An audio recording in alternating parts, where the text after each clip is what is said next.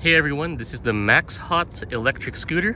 36 volt front motor, airless tires, folding buckle mechanism, front headlight, rear tail light, rear airless tires as well, kickstand. These are the specs of it.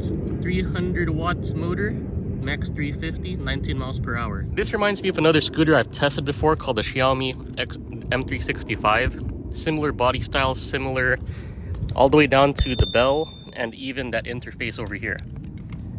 Press the button once. It does have a different sound to it. To click through the modes, double tap. Eco is 8 miles per hour, drive is 12, and sport is 19. Folding mechanism comes up, push here. If you're ready to fold it down, push here, unbuckle, and then you can fold. So I was riding this yesterday from full. The first bar was 1.37 miles, and then at the second bar, when it was run down a bit more, it was about 5 miles. The scooter appears to have a 10-mile range in D mode.